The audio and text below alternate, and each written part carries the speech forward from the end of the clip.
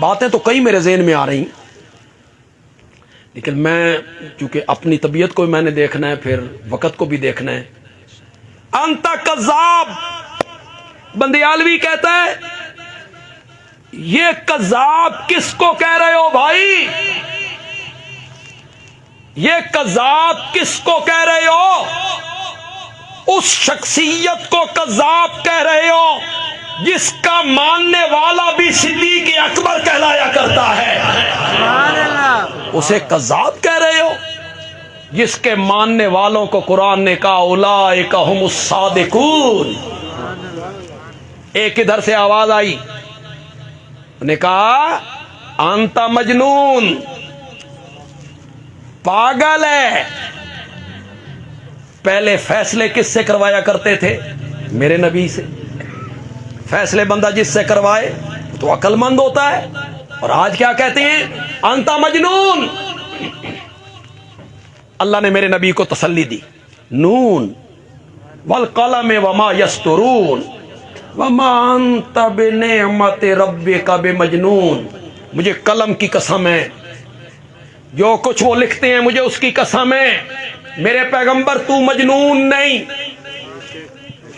میرے پیغمبر تو مجنون نہیں. اور ٹھیک ہے مانا کیتا میں، اور نہیں ٹھیک کیا یار. میں ایک لفظ کا معنی چھوڑ گیا ہوں، میں نے جان بوجھ کے چھوڑا ہے. بے نعمت رب کا، واہ، رب نے دلیل بھی دی. میرے پیغمبر میں قسم اٹھا کے تجھے یقین دلاتا ہوں کہ تو مجنون نہیں ہے. اس کی دلیل یہ ہے ہم نے تجھے قرآن جیسی کتاب دی ہے. قرآن ہم مجنونوں کو دیا کرتے، نبوت ہم مجنونوں کو دیا کرتی ہیں، معجزے ہم مجنونوں کو دیا کرتی ہیں. تیسری آواز آئی انت شاعر، شاعر ہے، شعر و شاعری کرتا رہتا ہے. اللہ نے کہا والشعراء یتبعہم الغاوون. اور پاگلو، میرے نبی کو شاعر کہتے ہو، شاعروں کے پیچھے تو گمراہ لوگ چلتے ہیں. او پاگلو، میرے نبی کو شاعر کہتے ہو، شاعر جو کہتے ہیں وہ کرتے نہیں، شاعر جو کہتے ہیں وہ کرتے نہیں. میرا نبی کہتا کم ہے، کر کے زیادہ دکھاتا ہے. لوگوں سے کہا 5 وقت کی نماز پڑھو، خود 6 وقت کی پڑھ کے دکھائی. شاعر جو کہتے ہیں وہ کرتے نہیں، شاعر مبالغے کرتے ہیں. غلو، مبالغہ سمجھتے ہیں آپ؟ وہ کئی چپ کر گیا ہو یار. مبالغے کا لفظ اوکھا، بات کو بڑھا چڑھا کے کرنا، حقیقت کے خلاف کرنا، بڑھانا، بات کو بڑھانا. شاعر لوگ مبالغے سے کام لیتے ہیں. محبوب ہوئے نا توے دے پچھلے پاسے آر کالا، تو شاعر کہتے ہیں 14ویں دا چاند میں. شاعروں کا کیا ہوتا ہے؟ شاعروں کا شعر و شاعری کیا ہوتی ہے؟ ظفر علی خان نے کہا تھا اسلام زندہ ہوتا ہے ہر کربلا کے بعد. کیوں بھائی کربلا تو پہلے اسلام مر گیا سی. شعر و شاعری کیا ہے؟ شعر و شاعری یہ مبالغے کرتے ہیں، مبالغے. ایک شاعر ہے، اس نے اپنے دوست کی جدائی میں ایک شعر کہا. میرا دوست مجھ سے جدا ہو گیا تو میں اس کی جدائی میں کیسے رویا. اس رونے کو ذرا بیان کرتا ہے، ذرا سنو. کہتا ہے ایک دن رویا میں ہجر یار میں، 9 سمندر 200 نالے 8 ندیاں بہ گئی. چل بھائی، شاعروں کا کیا ہوتا ہے؟ 9 سمندر 200 نالے 8 ندیاں. میں سرائکی علاقے میں ہوں یار، یہاں میڈا تیڈا بڑا ہوتا ہے یار. میڈا سائیں تے میٹھی زبان ہے یار، آپ کی میٹھی زبان. میں نے کسی اخبار میں ایک سرائکی شعر پڑھا، ورنہ مجھے شعر و شاعری کا شوق بالکل کوئی، اللہ دے بھی نہیں، اللہ قرآن کا شوق، اللہ قرآن کا شوق. تو میں نے وہ شعر پڑھا، مجھے پسند آیا. بس میں نے کسی کاپی پہ لکھ لیا، ایک دو دفعہ پڑھا، مجھے یاد ہو گیا۔ آپ کی سرائکی ہے، سنو ذرا، پھر دیکھو بھائی شاعر مبالغہ کیسے کرتے ہیں۔ کہتا ہے کیویں میکوں یاد نہ راسی تیڈے گھر دا رستہ، کیویں میکوں یاد نہ راسی تیڈے گھر دا رستہ، دوں تو سارے ترائے تو سارے دریا آسن، دوں تو سارے جنگل آسن، ترائے تو سارے دریا، دوں تو سارے جنگل آسن، ترائے تو سارے۔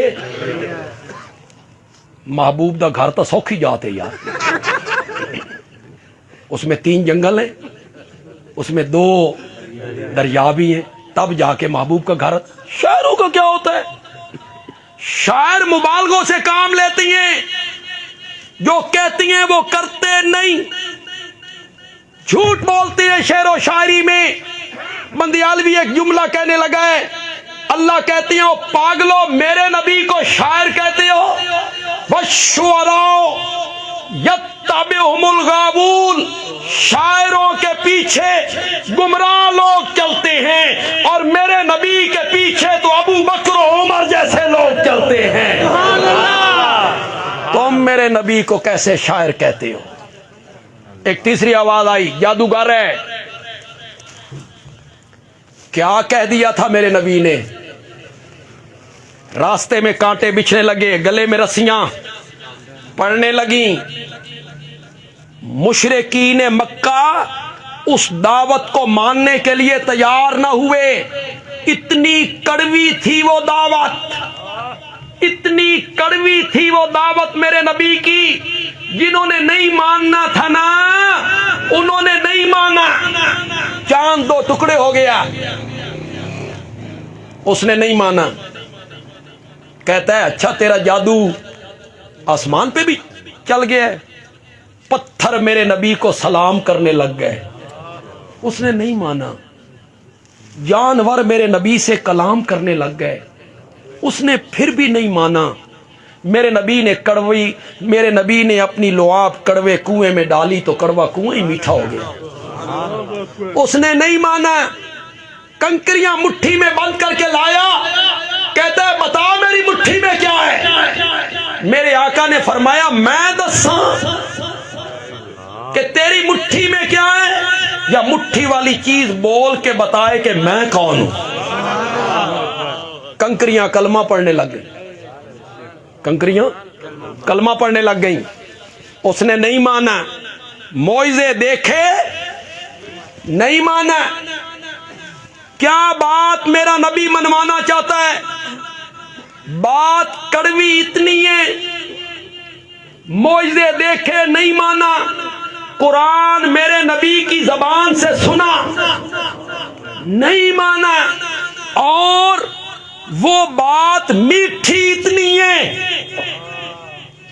جن کو سمجھ آ جائے ان کے لیے میٹھی اتنی ہے کہ اسے تپتے ہوئے کولوں پہ لٹایا جائے،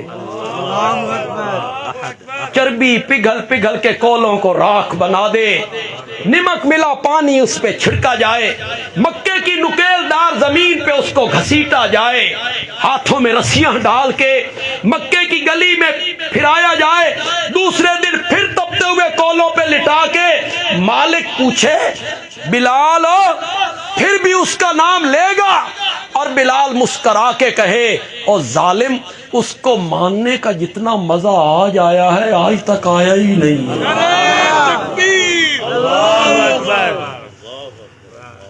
کون سی بات میرے نبی منوانا چاہتے ہیں؟ کون سی بات میرا نبی منوانا چاہتا ہے؟ جتنے لوگ یہاں بیٹھے ہو میرے ساتھ ساتھ چلیے گا، میرا سفر تھوڑا سا کم ہو جائے گا۔ اچھے خاصے لکھے پڑھے تعلیم یافتہ لوگوں تک کا خیال ہے کہ مکے کے مشرک اللہ کو نہیں مانتے تھے اور نبی پاک ان سے منوانا چاہتے تھے کہ اللہ کو مانو۔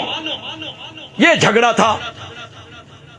میرے آقا اللہ منوانا چاہتے تھے اور مکے کے کافر اللہ کو، عام لوگوں کا یہی خیال ہے، غلط۔ مکے کے لوگ اللہ کی ذات کے قائل تھے. پہلی دلیل، کعبہ کو کیا کہتے تھے؟ زور سے بولو. کس کا گھر؟ اللہ کو نہیں مانتے تھے تو بیت اللہ کیوں کہتے تھے؟ میرے پیارے پیغمبر کے والد محترم کا کیا نام تھا؟ اللہ کو نہیں مانتے تھے تو بیٹوں کے نام عبداللہ کیوں رکھتے تھے؟ میری تیسری دلیل بڑی نازک سی دلیل ہے، بڑی نفیس دلیل ہے، بڑی لطف والی دلیل ہے. مشرک تھے نا وہ لوگ. کون تھے؟ مشرک کون ہوتا ہے؟ جو کیا کرے؟ شرک کرے. بولو شرک کیا ہوتا ہے؟ اللہ کے ساتھ شریک. شاباش، شرک کی تعریف کرو. شرک کیا ہوتا ہے؟ شرک کسے کہتے ہیں؟ کس کے ساتھ شریک کرنا؟ کس کے ساتھ؟ معلوم ہوتا ہے بندہ مشرک بنتا ہی تب ہے جب پہلے اللہ کو مانے، ورنہ شریک کہندے نال کرنا. کس کے ساتھ شریک بنانا ہے اس نے؟ اللہ کے ساتھ. مشرکین مکہ اللہ کو مانتے تھے. آپ مجھ پر یقین کریں، اگرچہ یہ بات مجھے کہنی نہیں چاہیے، ایک عالم کو یہ بات کہنی نہیں چاہیے کہ مجھ پہ یقین کریں، نہ، اللہ کے قرآن پہ یقین کریں، میرے آقا کے فرمان پر یقین کریں. جو میں راستہ بتا رہا ہوں یہ صحیح ہے؟ نہیں. جو راستہ اللہ کا قرآن بتا رہا ہے وہ صحیح ہے، جو راستہ محمد عربی بتا رہا ہے وہ صحیح ہے. یہ کہ میں کہہ رہا ہوں آپ مجھ پر اعتماد کر لیں، نہیں، اس کا حوالہ چاہیے، حوالہ چاہیے. خدا گواہ ہے اگر آپ لوگ تحقیق کرتے، تفتیش کرتے، جستجو کرتے، پرکھ کرتے، عالم سے پوچھتے کہ مولانا آپ یہ بات جو کہہ رہے ہیں اس کی کوئی دلیل، ہم یہ عمل کریں، یہ کام کریں، دلیل. آپ یہ پوچھتے علماء بھی سیدھے ہو جاتے.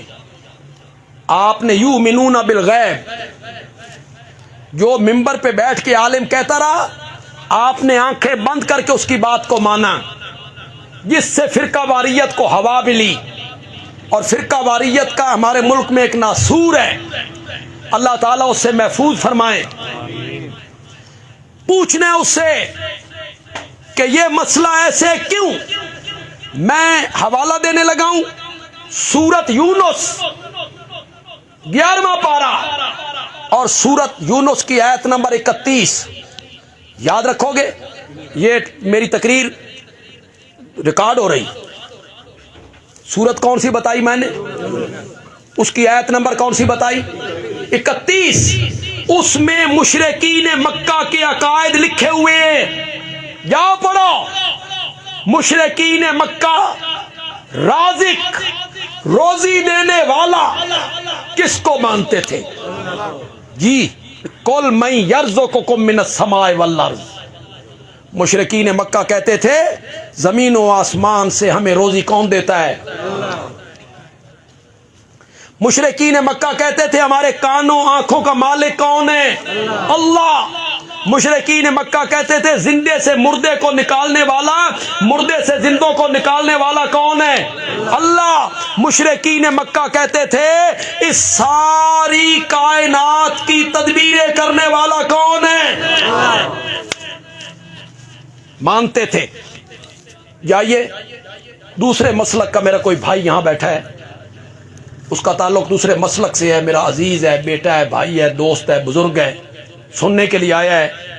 میں قطعاً نہیں کہوں گا کہ دیوبندی عالم کا ترجمہ پڑھیے، قطعاً نہیں کہوں گا. آپ کے گھر میں جس عالم کا ترجمہ ہے، دیوبندی ہو، بریلوی ہو، اہل حدیث ہو، شیعہ ہو، جس عالم کا ترجمہ آپ کے گھر میں اٹھاؤ. ہماری تو دعوت یہی ہے، خدا کے لیے قرآن کی طرف آؤ. سورت میں نے کون سی بتائی؟ آیت نمبر. جاؤ گھروں میں جا کے ترجمہ پڑھو. مشرکین مکہ کہتے تھے ہماری جھولیاں بھرنے والا کون ہے؟ ہمیں رزق دینے والا کون ہے؟ اللہ. ہمیں روزی دینے والا کون ہے؟ ہمارے کانوں آنکھوں کا مالک کون ہے؟ سورت عنکبوت پڑھیے، سورت مومنون پڑھیے. یا یہ قرآن نے مشرکین مکہ کے عقائد کا ذکر کیا ہے. وہ کیا کہتے تھے؟ زمین و آسمان کو پیدا کرنے والا کون ہے؟ اللہ. سورج چاند کا نظام چلانے والا کون ہے؟ اللہ. بادشاہی کس کے ہاتھ میں ہے؟ اللہ. اس میں کوئی جھگڑا نہیں تھا، نہ اللہ کی ذات میں نہ اللہ کی صفات میں. جھگڑا تھا مسئلہ الہ میں. کس میں جھگڑا تھا؟ میرے نبی کہتے تھے لا الہ، اس پوری کائنات کا الہ صرف کون ہے؟ اور مشرکین مکہ کہتے تھے اللہ بھی اور حضرت ابراہیم بھی، اللہ بھی، لات منات بھی. وہ کیا کہتے؟ اجعل الآلہۃ الہا واحدا. میں نے تو یار بڑے لہجے سے پڑھا ہے کہ آپ کو سمجھ آ جائے. اجعل الآلہۃ، اس نے کر دیا بہت سارے الہوں کا الہا واحدا، ایک الہ. ان ھذا لشیء عجاب، یہ تو بڑی عجیب بات ہے کہ اس کائنات کا اکیلا الہ ہے. یہ جھگڑا ہے میرے نبی اور مشرکین مکہ کے درمیان. میرا نبی کہتا تھا لا الہ الا اللہ، اور مشرکین مکہ کہتے تھے نہیں، اللہ بھی اور اللہ کے سوا ہمارے بزرگ بھی، حضرت ابراہیم بھی، حضرت اسماعیل بھی، لات بھی، منات بھی. میں قرآن کا طالب علم اور تحدیث نعمت کے طور پہ کہتا ہوں، ہم نے قرآن کی تفسیر سبکن پڑھی،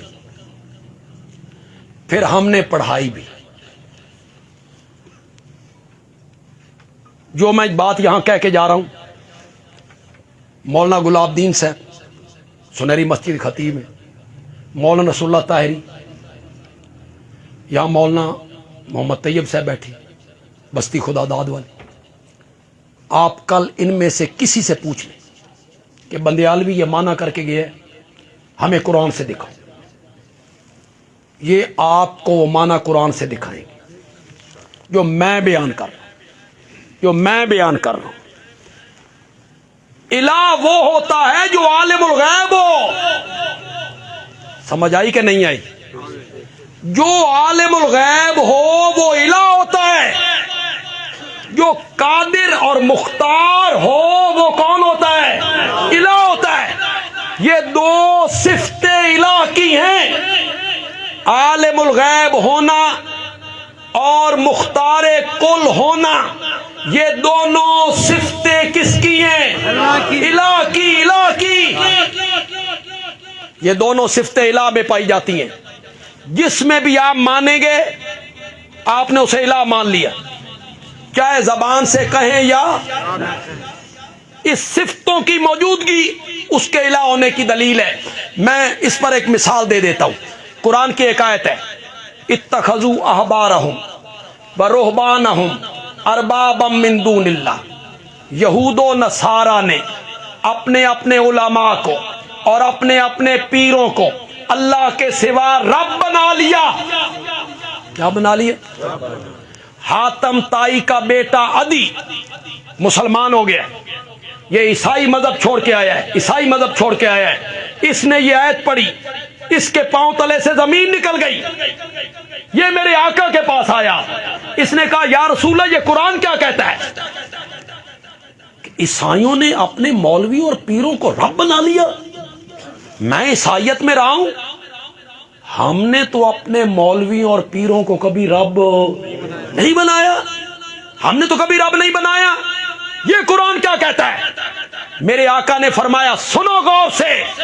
میرے آقا نے فرمایا عدی یہ بتاؤ، جس چیز کو تمہارے علماء اور پیر حلال کہہ دیتے تھے تم بغیر دلیل کے اسے حلال مان لیتے تھے کہ جی بالکل، اور جس چیز کو تمہارے پیر اور علماء حرام کہہ دیتے تھے تم اسے بغیر دلیل کے حرام مان لیتے تھے؟ عدی نے کہا جی بالکل. آپ نے فرمایا یہی معنی ہے رب بنانے کا. اور سمجھو کہ کوئی نہیں سمجھ، رب تو وہ بھی نہیں کہتے تھے لیکن رب والی صفتیں مانتے تھے۔ حلال کرنا حرام کرنا صفت کس کی ہے؟ عالم الغیب ہونا صفت ہے الہ کی، مختار کل ہونا صفت ہے کس کی؟ الہ کی۔ جس میں یہ صفت مان لی جائے گی اسے کیا مان لیا؟ الہ مان لیا۔ اور کلمے میں کیا کہا تھا؟ لا الہ الا۔ چلو ایک اور بات آپ سے پوچھتا ہوں جو آپ میں سمجھدار دانا لوگ بیٹھے ہیں، جب میرے نبی نے کوئی صفحہ پہ کہا تھا قولوا لا الہ کہا، اس کا جواب کیا آیا؟ پتھر۔ کیا آیا؟ پتھر۔ میرے نبی خون میں نہا گئے، اس کا جواب کیا آیا؟ انت کذاب۔ اس کا جواب کیا آیا؟ انت مجنون۔ اس کا جواب کیا تھا؟ انت شاعر۔ اس کا جواب کیا تھا؟ گلے میں رسیاں۔ اس کا جواب کیا تھا؟ پاؤں میں کانٹے، وطن سے بے وطن، جنگیں، لڑائیاں۔ سچی سچی بات کرنا۔ یہ جو میرے نبی کی دعوت تھی لا الہ الا اللہ، یہی تھی نا؟ اس میں کہیں تھا کہ جو 360 بت تم نے بیت اللہ میں رکھے ہوئے ہیں ان کے سجدے نہ کرو؟ لا الہ الا اللہ میں کہیں تھا کہ بتوں کے نام کی نظر و نیاز نہ دو، ان کے سجدے نہ کرو، مسائب میں ان کو نہ پکارو، ان کو عالم الغیب نہ مانو، ان کو نفع نقصان کا تھا لا الہ الا اللہ میں؟ بولو تھا؟ پھر انہیں تکلیف کیوں ہوئی؟ میرا نبی ان کے ٹھاکروں کا نام نہیں لیتا، میرا نبی ان کے معبودوں کا نام نہیں لیتا، پھر مشرکین کو تکلیف کیوں ہوئی؟ بولو، سیکھ پاؤ گے؟ میرے نبی نے کہا تھا حضرت ابراہیم کو نہ پکارو، 360 بتوں کی سجدے نہ کرو، پھر انہیں تکلیف کیوں ہوئی؟ کیوں سیکھ پاؤ گے؟ تکلیف اس لیے ہوئی کہ وہ عربی دان تھے، وہ عربی دان تھے، عربی ان کی مادری زبان تھی، وہ الہ کا معنی انہیں پتا تھا الہ کون ہوتا ہے۔ انہوں نے دیکھا آگے الہ ہے، پیچھے لا ہے، آگے اللہ کے ساتھ بچا ہے تو صرف اللہ۔ انہوں نے سمجھ آ گئی اس کلمے دا مطلب اے ہے جڑے 360 بیت اللہ چ رکھے ہوئے نا انہاں دے پلے۔ ہماری زبان ہے اردو، سرائکی، پنجابی، ہم لا الہ الا اللہ بھی پڑھتے رہتے ہیں، اللہ کے سوا اوروں کے سجدے بھی کرتے رہتے ہیں۔ ہم کہتے ہیں ہم نے کوئی الہ مانا ہے، ہم لا الہ الا اللہ بھی پڑھتے رہتے ہیں، اللہ کے سوا اوروں کو عالم الغیب مختار کل بھی کہتے رہتے ہیں، پھر ہم کہتے ہیں ہم نے کوئی ان کو الہ مانا ہے۔ دو صفتیں کس کی ہیں؟ الہ کی۔ الہ کی عالم الغیب ہونا صفت کس کی ہے؟ مختار کل مالک ہونا صفت کس کی ہے؟ الہ کی۔ میں 3 حوالے پیش کرتا ہوں، گھروں میں جا کے ترجمے دیکھ لینا۔ سورت آل عمران کی ابتدائی آیتیں 1 حوالہ، سورت طٰہٰ کی ابتدائی آیتیں 2 حوالے، سورت قصص ربوں کا یخلق ما یشاء و یختار 3 حوالے، آیت الکرسی 4 حوالے۔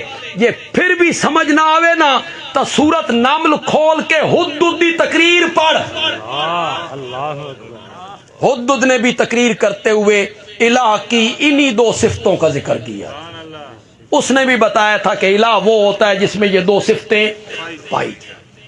میں بڑے مختصر طریقے سے، اگرچہ وقت کافی ہو گیا ہے، میں بڑے مختصر طریقے سے الہ کا مفہوم آپ کو سمجھانا چاہتا ہوں۔ یار تیار ہو کہ کوئی نہ؟ غور سے بولو۔ بالکل اب میں اختتام کی طرف میں آ گیا ہوں، ذرا غور سے سننی ہے آپ نے میری بات۔ لیکن میں واقعہ کو بحیثیت واقعہ بیان نہیں کرتا، میں ایک واقعہ شروع کروں اس واقعے کو میں بیان کرتا رہوں، میں اس طرح نہیں کرتا۔ میں واقعہ کو بطور دلیل پیش کرتا ہوں، بس میں درمیان سے شروع کرتا ہوں، درمیان سے۔ آپ کے چہرے میں دیکھوں گا بھئی تسی سمجھ گئے ہو کہ میں کی آکھنا چاہنا۔ دریا ہے، اس میں ایک کشتی ہے، کشتی کے اندر زندہ پیغمبر ہے۔ بولو تو صحیح یار، بولو تو صحیح یار، کون ہے؟ کون ہے؟ یونس علیہ السلام۔ دریا ہے، دریا کے اندر کشتی ہے، کشتی میں زندہ پیغمبر ہے۔ اللہ تمہیں قرآن کے قریب لائے، اللہ تمہیں قرآن کے قریب لائے، قرآن سمجھ کے پڑھنے کی تمہیں توفیق دے اللہ۔ کشتی گرداب میں آ گئی، زندہ پیغمبر کشتی میں ہے، زندہ پیغمبر کشتی میں ہے، کشتی کس میں آ گئی؟ بھنور میں پھنس گئی۔ ایک بندے کو باہر نکالنا ہے، کس کو نکالیں؟ قرآن اندازی کرو۔ قرآن اندازی کی گئی، قرآن نکلا، اس میں نام نکلا حضرت یونس کا۔ اچھے لوگ تھے، کہنے لگے نہیں یار، چہرے کی معصومیت دیکھو، پھر اوپر سے نورانیت دیکھو، یہ لوگ دریا میں ڈالنے کے قابل ہیں۔ دوبارہ قرآن اندازی کرو، دوبارہ قرآن اندازی کی گئی، نام پھر کس کا نکلا؟ حضرت یونس کا۔ اچھے لوگ تھے، کہنے لگے نہیں یار، ایسے لوگ دریا میں ڈالنے کے قابل نہیں۔ میں کہا کرتا ہوں شکر ہے اس ویلے تسی کو نہیں، تسی قرآن اندازی بھی کو نہیں سی کرتے، تسی کہنا سی سارا فطور ہے ہی مولویاں دا، اسے نو سٹو۔ جان چھڑاتے ہو نا تم، کسی طریقے مولویاں تو جان چھٹ جائے تے چھٹنی نہیں، ناممکن، ناممکن۔ ساری زندگی مولوی کے پیچھے، مرن تو بعد مولوی دے، مرن تو بعد اگے۔ تھوڑا روح بڑا بھائی، بچہ پیدا ہوا، کان میں اذان کس نے دینی ہے؟ مولوی نے۔ جوان ہوا، شادی ہونے لگی، نکاح مولوی صاحب آئیں گے پڑھانے، پھر مولوی اور کلمے پڑھانے، پہلا، دوسرا، تیسرا، چوتھا۔ حالانکہ کلمہ کوئی خطبے دی جز کوئی نہیں، نہ نکاح دی جز بھی کوئی نہیں، نو یہ مولوی حضرات اس واسطے پڑھانے میں تو پتہ لگے بے زور زور لگا، انہیں نہیں فیس لے رہے بھائی، زور شور لگا۔ ورنہ کوئی، وہ کہتے ہیں ہمارے ایک مولوی صاحب تھے، فوت ہو گئے، کہ میں لاہور میں نکاح پڑھانے گیا تو دولہا آیا تھا لندن سے، لندن رہتا تھا، وہاں سے آیا تو میں نے کہا اشہد اللہ الہ الا اللہ وحدہ لا شریک لہ، میں نے کہا بیٹا بولو اشہد اللہ الہ، وہ چپ، ادھر بیٹھا تھا اس کا دادا یا نانا، وہ کہا مولوی جی دولے نو شرم آندی ہے، تسی آپ ہی پڑھ دو۔ میں پڑھ دیتا، یہ لے آئے نا ایجاب قبول دا ٹائم، فلاں لڑکی فلانے دی دھی اتنی حق مار دے بدلے روبرو نہ گواواں دے تیرے نکاح دتی۔ مولوی صاحب کہتے ہیں میں کانی اکھ نال دادے والے پاسے ویکھے، دادے نہ کہن مولوی جی دولے نو شرم آندی ہے تساں ہی قبول کرو۔ اس ویلے بڑا قبل تو میں نے قبول کی۔ مولوی سے کیسے آپ کی جان چھوٹ سکتی ہے؟ یہ دعا کرو اللہ مولوی نو سدھے رات رکھے، وہ قوم کی رہبری کرے، یہ فروئی مسائل سے مسائل میں الجھائیں نہیں لوگوں کو، اللہ ان کو سمجھ عطا کرے۔ یہ ممبر و محراب کی زینت بن کے نا قوم کو چھوٹے چھوٹے مسئلوں پہ لڑائیں نہیں، دنگا فساد نہ کریں، یہ دعا کرو۔ اللہ دی قسم ہے رمضان دا مہینہ آندا نا، رمضان دے مہینے تو پہلے ایڈے ایڈے اشتہار، تراویحاں 8 نے دلائل جڑا 20 ثابت کرے اساں 20 لاکھ دیاں، پھر دوسری طرف سے اشتہار ہے تراویحاں 20 نے جڑا 8 ثابت کرے 8 کروڑ دیاں گے. دونوں اشتہار لگے ہوئے ہیں. کالج یونیورسٹی کا ایک لڑکا دونوں اشتہار پڑھتا ہے. وہ کہتا ہے مولویوں لڑو، نہ میں 8 پڑھنی ہے نہ میں 20 پڑھنی، لڑو تے مرو. او اللہ کے بندو، حال یہ تھا جڑے 8 پڑھ دین او 8 پڑھ دے رہن تے جڑے 20 پڑھ دین او 20 والے 8 والے نو کچھ نہ آکھیں تے 8 والے. کیوں لڑاتے ہیں آپ چھوٹی چھوٹی باتوں پر؟ اتنی اتنی باتوں پہ قوم کو آپ نے لڑا دیا. ہاتھ کتنے بڑھنے، اتنے بڑھنے، اتنے بڑھنے یا اتنے بڑھنے. انا للہ. کس پر لڑا رہے ہیں قوم کو یار؟ کس بات پہ؟ میں آپ کو یہ مسئلہ بتاؤں تو آپ کے پاؤں تلے سے زمین نکل جائے. ایک بندہ نہ یہاں مانتا ہے نہ یہاں مانتا ہے یا نہ مانتا ہے، مانتا ہی نہیں. پوچھو ان سارے علماء کو، پوچھو دیوبندیاں کول بھی، بریلویاں کول بھی، حدیثاں کول بھی، بھئی اس بنیا ہی نہیں. نماز ہوئی کہ نہیں؟ ہو گئی. سجدہ صاف کرنا پونس وچوں حقیقت ہے وہ نہ بننے تے سجدہ صاف ہی کوئی نہیں.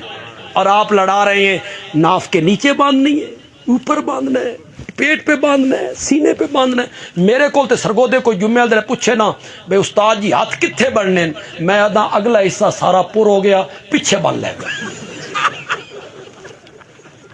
پیچھے بننے کو. یہ چھوٹے چھوٹے مسائل پہ کیوں لڑایا جاتا ہے قوم کو؟ فروعی مسائل پہ آپ قوم کو الجھا رہی ہیں، لڑوا رہی ہیں. اصولی بات بتائیں عقائد کی. یہ فحاشی بے حیائی جو معاشرے میں پھیلی ہوئی ہے، اس کے بارے میں لوگوں کی رہبری کریں. یہ جو عشق نبی کے نام پر قتل و غارت کا سلسلہ جاری ہوتا ہے، اس کی حوصلہ شکنی کریں. نبی کے عشق میں ایک بندے کو پکڑا، اس کو مار دیا، بوٹ مارے، ٹھڈے مارے، پھر اس کو آگ لگا دی. ان کی رہنمائی کریں. ان نوجوانوں کو بتائیں محبت نبی کیا ہے، ان کو بتائیں میرے نبی کا اسوہ کیا ہے، ان کو بتائیں. اپنے بچوں کو سیرت کی کتابیں پڑھائیں. میرے آقا نے مقابلے میں آنے والے کفار کے جو مرنے والے لوگ تھے ان کے مسلح کرنے سے منع کیا یا نہیں کیا؟ ان کا ناک نہ کاٹو، کان نہ کاٹو، آنکھیں نہ نکالو ان کی. جو مقابلے میں آئے ہیں، یہ سیالکوٹ کے بندے کو جو آپ نے آگ لگائی، یہ تمہارے مقابلے میں آیا تھا، تمہارے ساتھ لڑنے کے لیے آیا تھا. وہ غیر مسلم ہے، اسے نہیں پتا حضرت حسین کون ہے، اسے نہیں پتا حضرت ابوبکر کون ہے، اسے نہیں پتا حضرت علی کون ہے، اسے نہیں پتا درود کیا ہوتا ہے. تم نے اسے پکڑا، نہ آؤ دیکھا نہ تاؤ دیکھا، تم نے اسے مارا، گھسیٹا. ملتان کے لوگوں راستہ روکو، روکو راستہ اس کا، ورنہ کل کلاں کسی دکان کے سامنے آپ کی کسی سے چپ کلش ہو جائے اور وہ قریبی دکانداروں کو بلائے اور کہے اس نے نبی پاک کی گستاخی کی ہے، وہ دکاندار نہ آؤ دیکھیں گے نہ تاؤ دیکھیں گے، تمہیں زندہ جلا دیں گے. یہ سلسلہ چل نکلے گا. لہذا اس سلسلے کو رکنا چاہیے کہ نہیں رکنا چاہیے بھائی؟ رکنا چاہیے اس سلسلے کو. حکومت کو بھی چاہیے کہ جو آدمی توہین رسالت کا مرتکب ہو اسے قرار واقعی سزا. حکومت بھی تو چھوڑ دیتی ہے نا، پروٹوکول میں انہیں روانہ کر دیتی ہے باہر ملکوں میں، تو لوگ کہتے ہیں عدالتیں تو فیصلہ نہیں کرتی، حکومت انہیں چھوڑ دیتی ہے، ہم عدالتوں کی طرف کیسے جائیں؟ لیکن قانون کو ہاتھ میں لینا کسی حالت میں بھی صحیح نہیں ہے. تیسری بار قرآن اندازی کی گئی، تیسری بار نام پھر کس کا نکلا؟ زور سے بولو یار، زور سے. ایک جملہ یہاں کہا کرتا ہوں، پتہ نہیں پہلے ملتان شجاع آباد میں کبھی کہا یا نہیں کہا، جملہ بھی پنجابی میں کہوں گا اور انشاءاللہ موحدین کو تو بڑا سرور آئے گا انشاءاللہ. جب تیسری مرتبہ نام حضرت یونس کا نکلا نا، گل انج بن گئی، اللہ دا پیغمبر کشتی دے وچ باہوے تا کشتی ڈوب دیے تے یہ پیغمبر نو کشتی جو کڈھو، کشتی بچ دیے۔ اللہ نے مسئلہ سمجھایا، اے لوگو کشتیوں کا دبونا اور کنارے لگانا یہ نبیوں ولیوں کے نہیں، میرے اختیار میں ہے، میرے اختیار میں۔ اگر یہ نبیوں ولیوں کے اختیار میں ہوتا وہ کشتی کبھی گرداب میں نہ آتی جس میں زندہ پیغمبر موجود۔ حضرت یونس نے چھلانگ لگا دی، مچھلی نے لقمہ بنا لی۔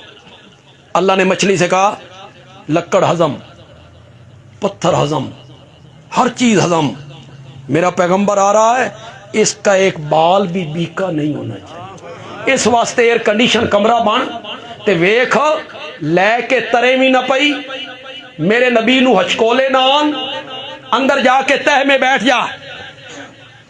اب آپ نے توجہ کرنی ہے، 3 اندھیرے، رات کا اندھیرا 1، سمندر کی تہ کا اندھیرا 2، مچھلی کے پیٹ کا اندھیرا۔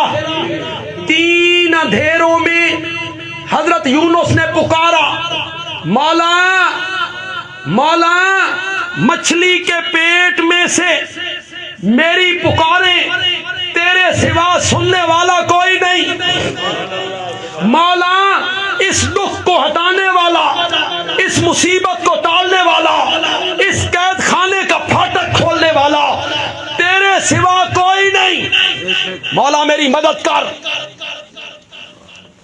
کہا نا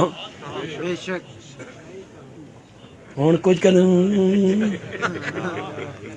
یہی تو سمجھانا چاہتا تھا، یہی تو سمجھانا چاہتا تھا۔ کہا نہیں، کہا نہیں، کہا میری پکاریں تیرے سوا سننے والا کوئی نہیں، نہیں کہا اس دکھ کو ٹالنے والا تیرے سوا کوئی نہیں، نہیں کہا اس پھاٹک کو کھولنے والا تیرے سوا کوئی نہیں، نہیں کہا اس غم سے نجات دینے والا تیرے سوا کوئی نہیں، نہیں کہا، نہیں کہا، نہیں کہا۔ ساریاں گلاں دی اکو گل کیتی، لا الہ الا انت، لا الہ الا انت، تیرے سوا الہ کوئی نہیں، تیرے سوا الہ کوئی نہیں۔ حضرت یونس بتانا چاہتے ہیں جڑا مچھلی دے پیٹ دے وچوں پکاراں سندا ہووے او الہ ہوندا ہے۔ حضرت یونس بتانا چاہتے تھے جڑا مچھلی دے پیٹ دے وچوں پکاراں سنے وہ الہ ہوتا ہے، جو مصیبتیں دور کر دیتا ہے وہ الہ ہوتا ہے، جو غم دور کر دیتا ہے وہ الہ ہوتا ہے، جو جیل کے پھاٹک کھول دیتا ہے وہ الہ ہوتا ہے۔ عالم الغیب ہونا اور مختار کل ہونا یہ دونوں صفتیں الہ کی ہیں۔ یہی میرے نبی کا پیغام تھا کہ اس پوری کائنات میں اللہ کے سوا کوئی بھی الہ بننے کے لائق۔ اللہ تعالیٰ عمل کی توفیق عطا فرمائے۔